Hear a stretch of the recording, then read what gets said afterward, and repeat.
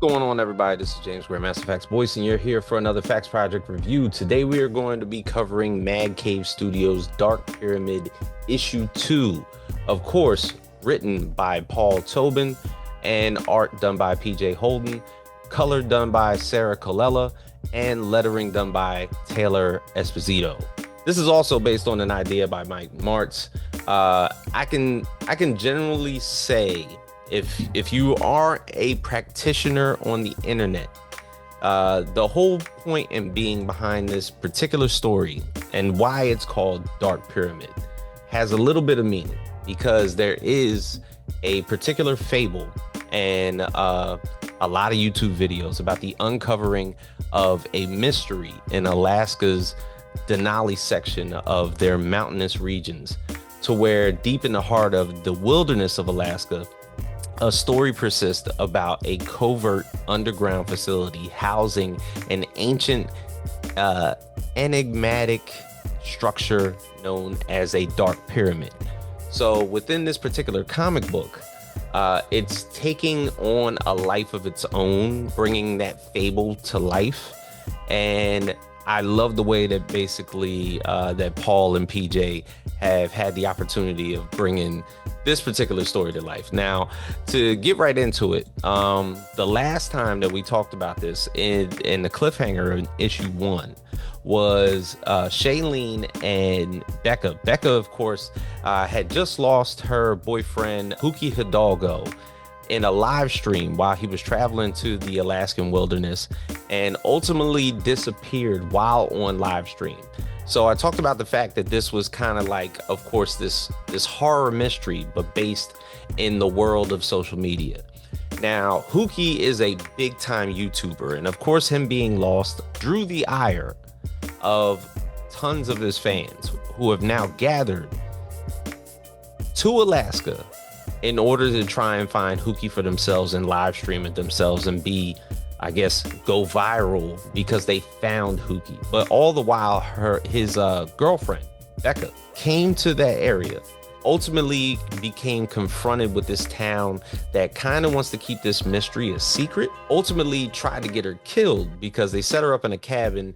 And Shailene, who of course was a mysterious woman at the end of issue 1, who woke her up in this cabin and told her that, look, you're not going to make it throughout the night unless you follow everything that I do. They're going to tell you that bears ate you.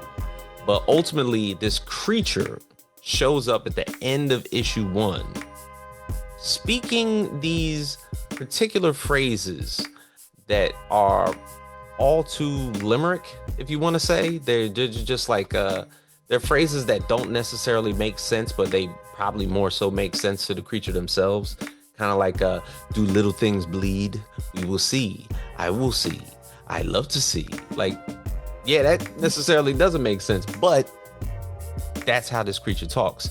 So Shailene and Becca, of course, are on an escape mission trying to get out of this cabin, to get away from this being that is now entranced this cabin. And as they run out, it seems like Shailene knows what she's doing, because she has set up a perimeter to where if you get past this particular barrier, this creature cannot pass, right? And all the while, Shailene then gets an opportunity to tell her who she is.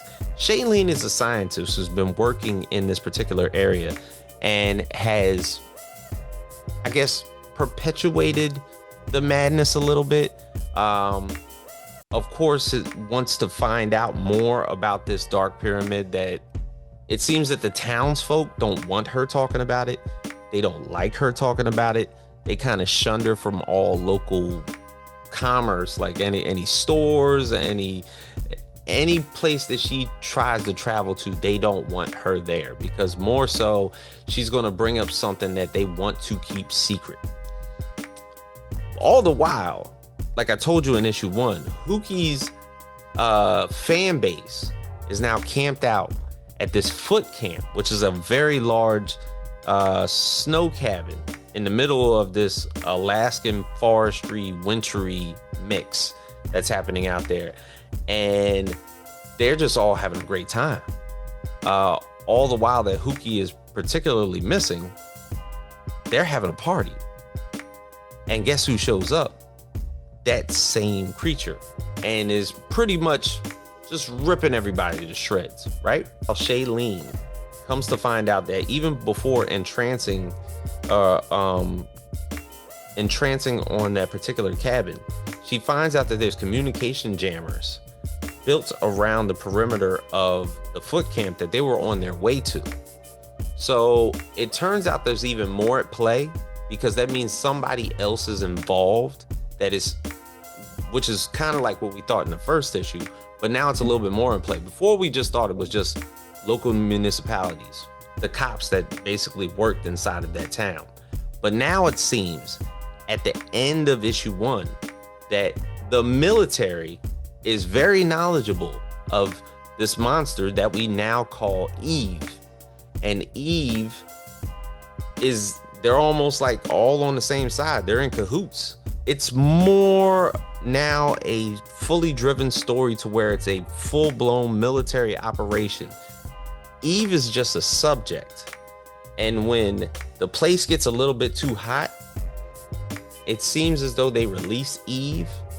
She takes out, I guess, any type of prospects of the findings or the secrets of this area and the happenings around here, especially that Dark Pyramid getting out.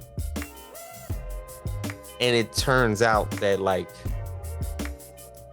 we're looking at it goes from a mystery to a full-blown cover-up, covert operation that we talked about in the beginning of this, to where that one instinctual historical fragment to where we talked about covert underground facilities housing an ancient enigmatic structure known as the Dark Pyramid is also too familiar from either the military, either covert ops, or better yet, a larger ground military operation that might be at play.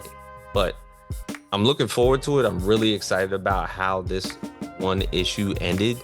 But of course, we will get into issue 3. I like exactly what Paul and PJ have put down, and we will be tuning in next time. So thank you guys for joining us, and we'll see you next time on the channel.